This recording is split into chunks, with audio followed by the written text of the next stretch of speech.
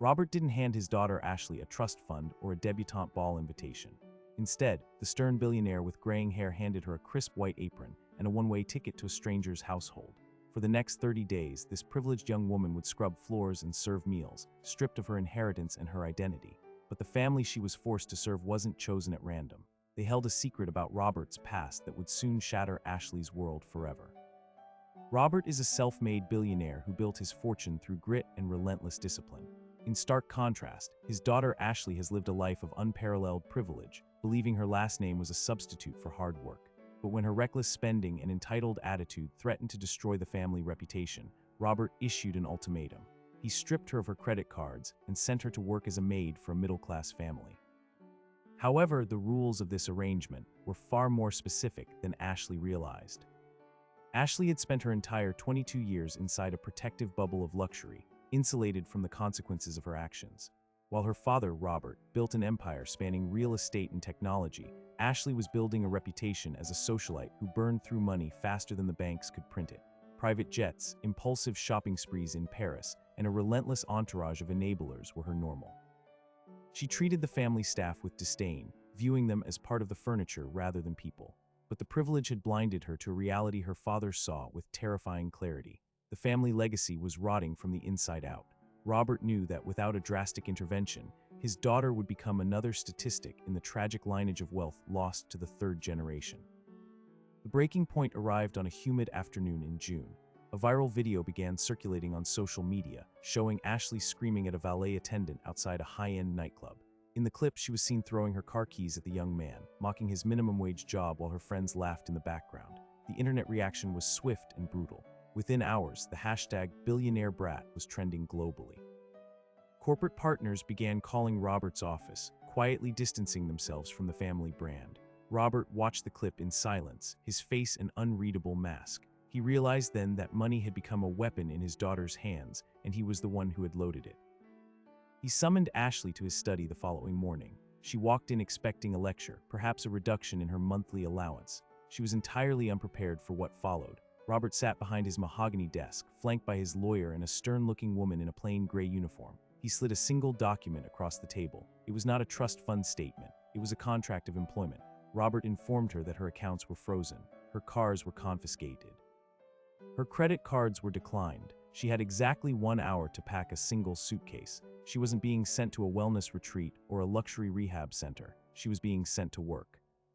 The destination was a modest colonial-style home in a middle-class neighborhood on the other side of the city. It was the residence of the Carter family. As the black sedan pulled away from the mansion, Ashley sat in stunned silence, clutching a pristine white apron that her father had placed in her hands himself. She assumed this was a scare tactic, a brief performance of humility designed to placate the media. She was wrong. When the car stopped, she found herself standing on a cracked sidewalk, staring at a house that was worth less than the handbag she had left behind. She was met at the door by Eleanor Carter, a woman in her late 40s with a gaze that cut through Ashley's designer dress. There was no bowing, no deference. Eleanor simply pointed to a bucket of cleaning supplies and told her to start in the kitchen. The hours that followed were a blur of physical labor and humiliation. Ashley, who had never operated a vacuum cleaner, struggled to perform the most basic tasks. She scrubbed floors that seemed perpetually dirty and polished silver that had seen generations of use. By sunset, her manicure was ruined, her back ached, and her pride was in tatters. But the true shock came when she was shown to her sleeping quarters, a small Spartan room in the attic with a single bed and a dresser. No ensuite bathroom, no minibar, no television. As she sat on the edge of the stiff mattress, tears stinging her eyes, she noticed something strange. The room wasn't just sparse, it felt lived in. On the dresser, hidden behind a lamp, sat a framed photograph. Ashley picked it up, expecting to see a generic stock photo or a picture of the Carter family. Instead, the air left her lungs. The photo was of a young man in his 20s standing on a construction site, covered in dust but smiling. He had Robert's eyes, he had Robert's jawline, but the man in the photo wasn't her father. It was someone else entirely, and he was standing arm in arm with a younger Eleanor Carter. Before she could process the implication, the bedroom door slammed shut downstairs, and she heard the distinct sound of a lock turning. Ashley bolted from the bed, her heart hammering against her ribs. The lock clicking into place echoed through the small attic room like a gunshot. She rushed to the door and twisted the handle, but it refused to budge. Panic surged through her chest as she pounded her fist against the wood, shouting for someone to open it.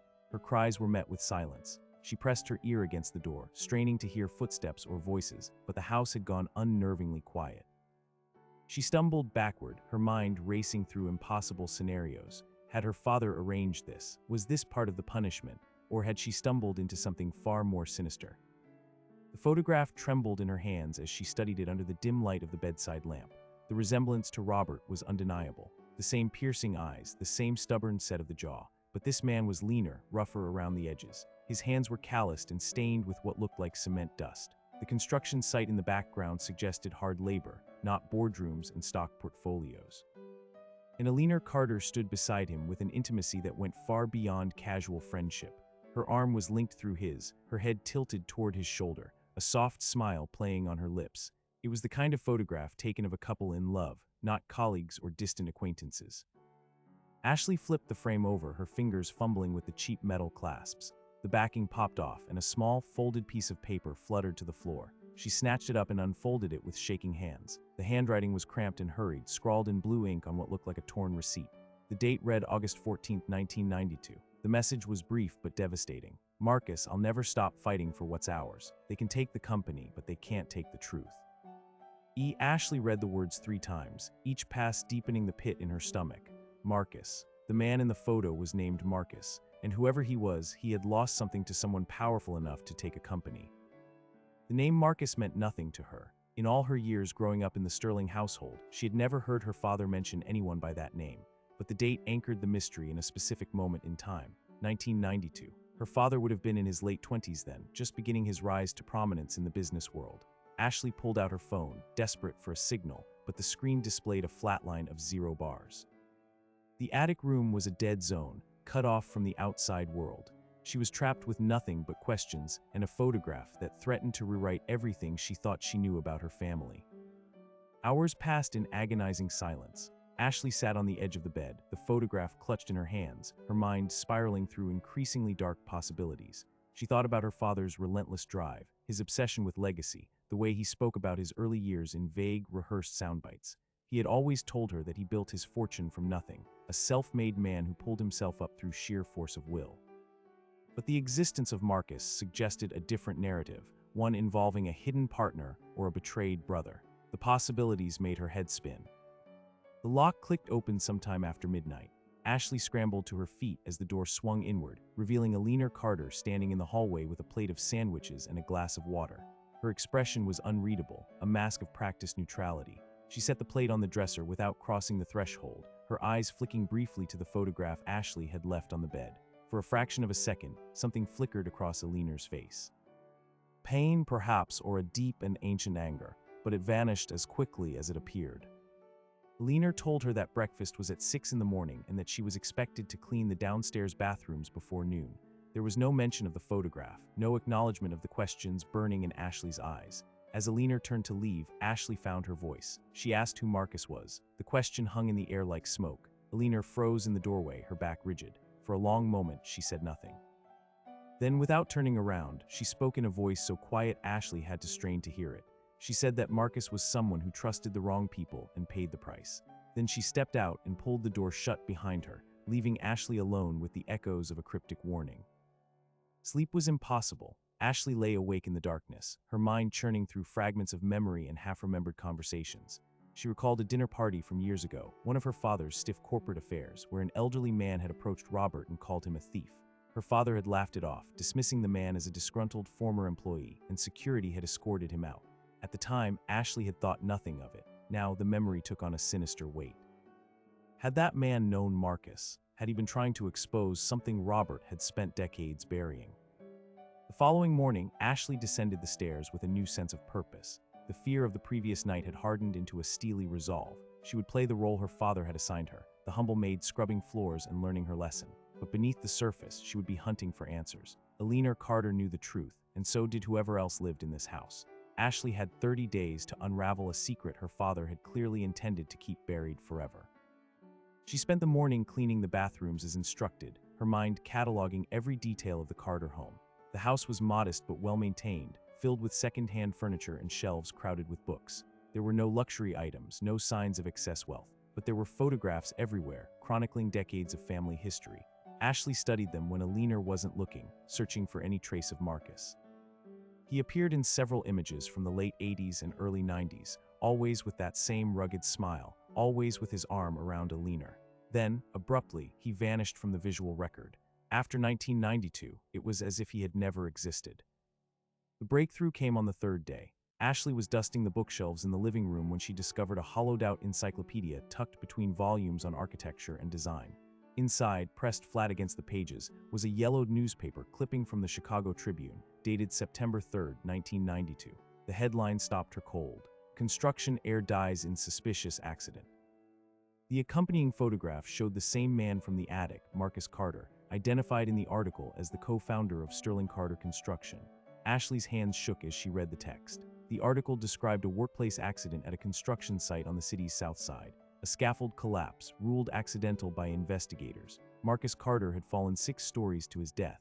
He was 29 years old.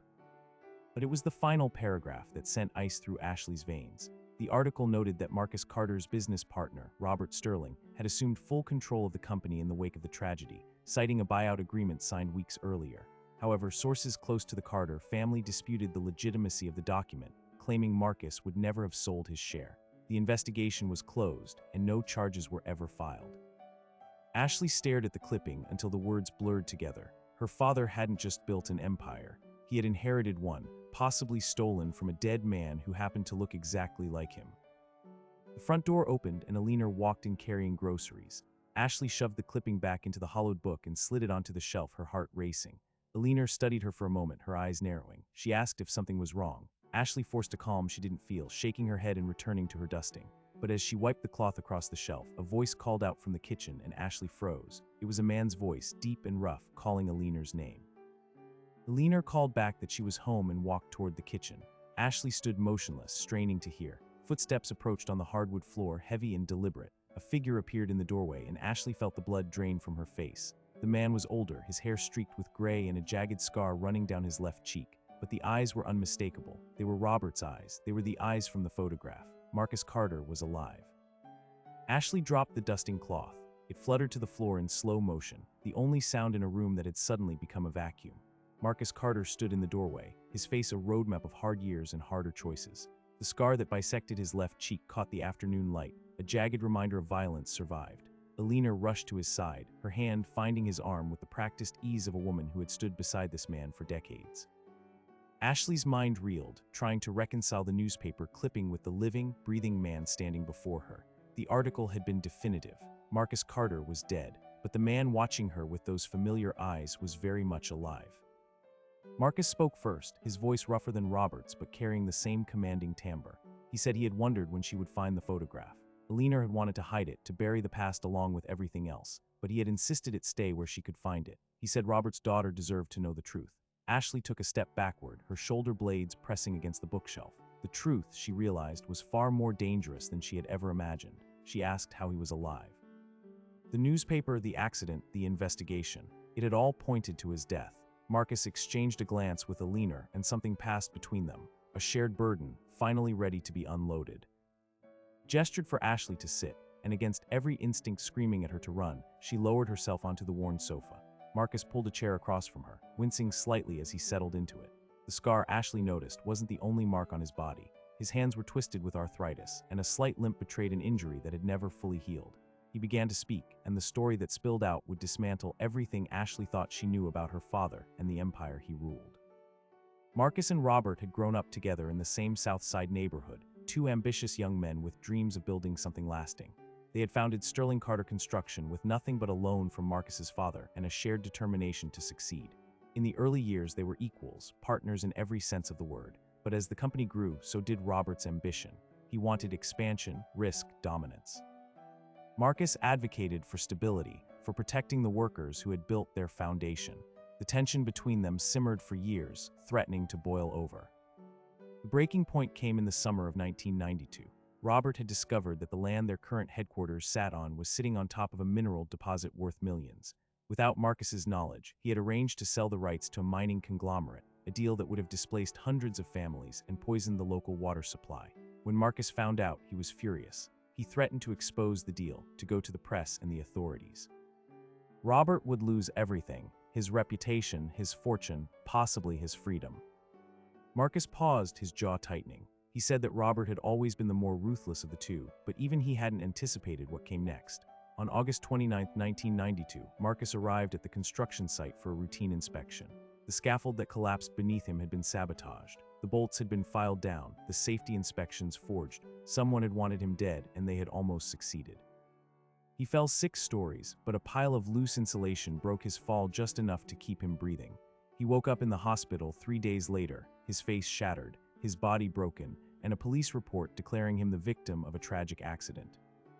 Billionaire took up the story, her voice trembling with suppressed rage. She had been the one to identify the sabotage, to find the filed bolts and the forged signatures. But when she brought the evidence to the police, she was met with a wall of silence. Robert had already been there, his pockets deep enough to buy the kind of influence that made inconvenient evidence disappear. The investigation was closed within 48 hours. Marcus Carter was officially dead, killed by an act of God.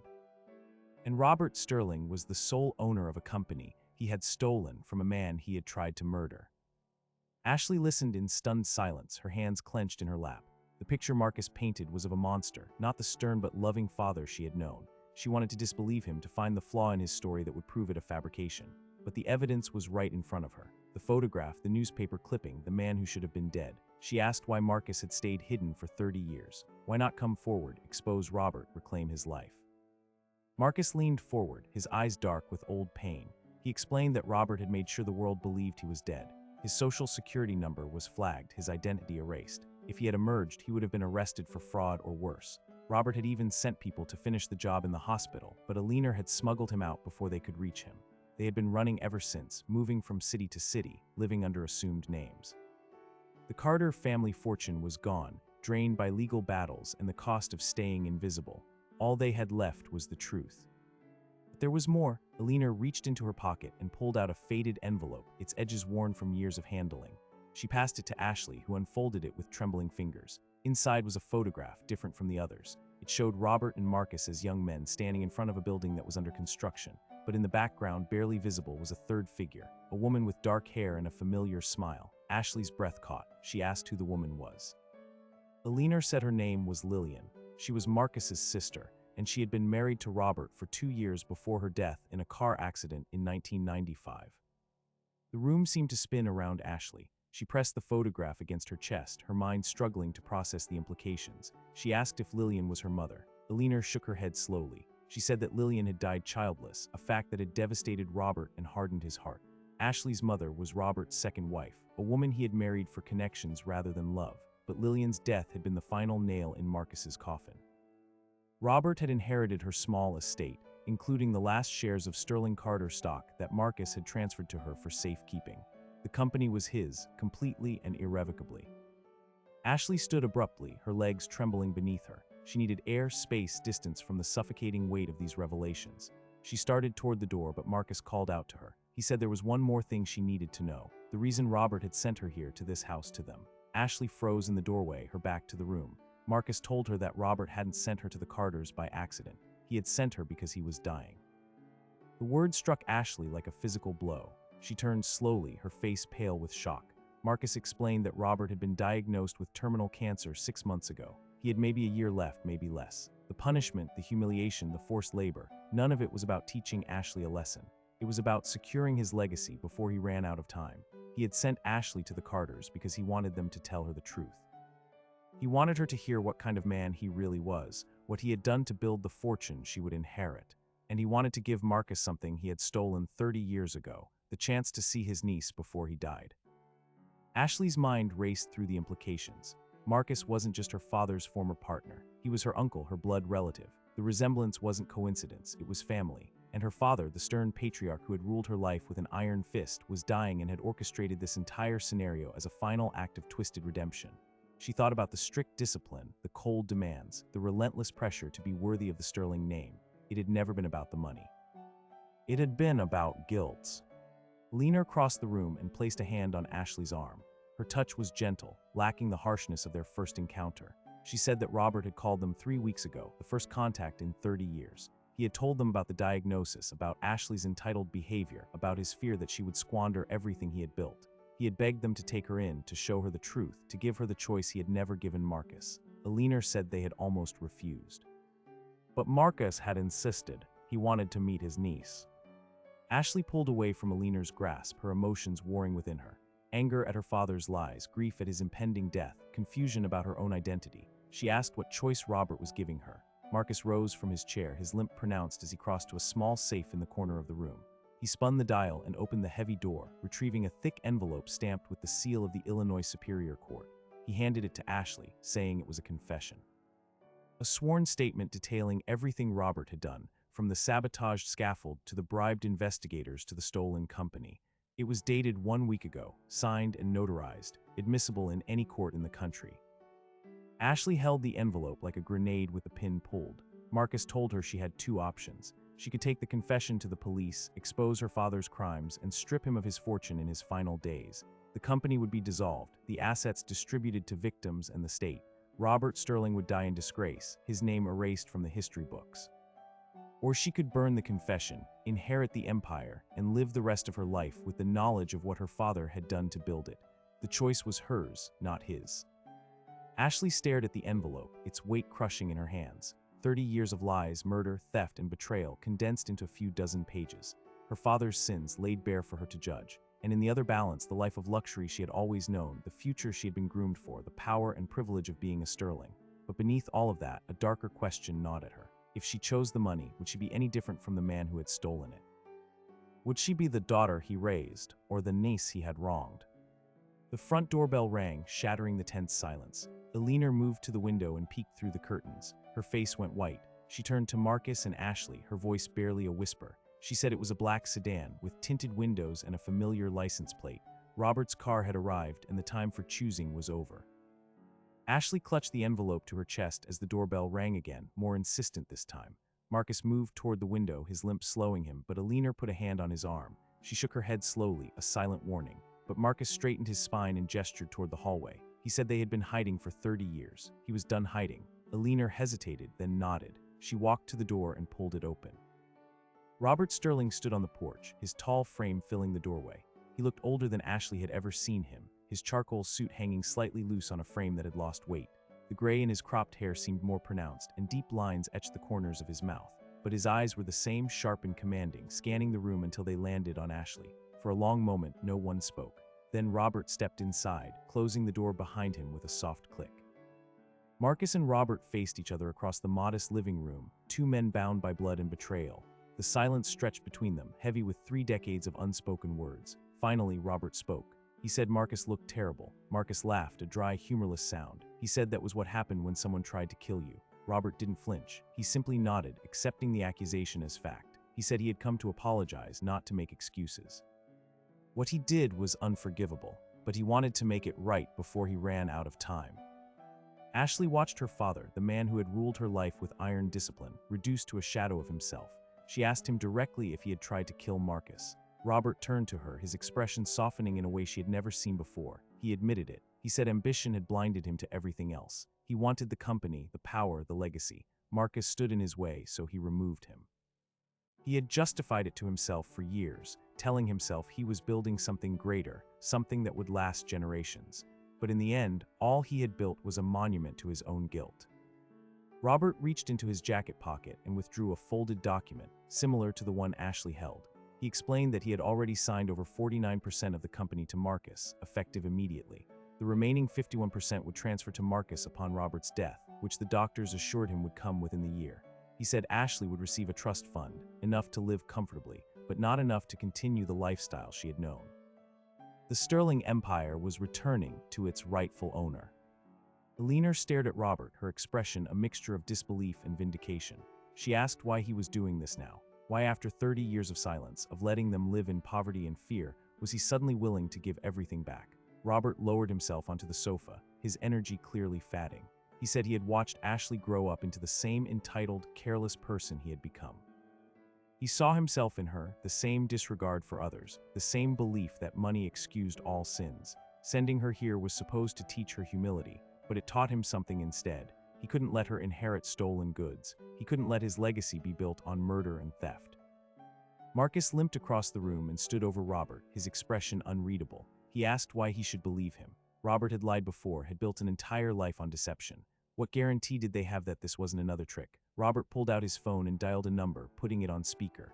A voice answered, crisp and professional. It was his attorney, confirming that the transfer documents had been filed and were legally binding. Marcus Carter was once again a co-owner of Sterling Carter Construction, with full control pending Robert's death.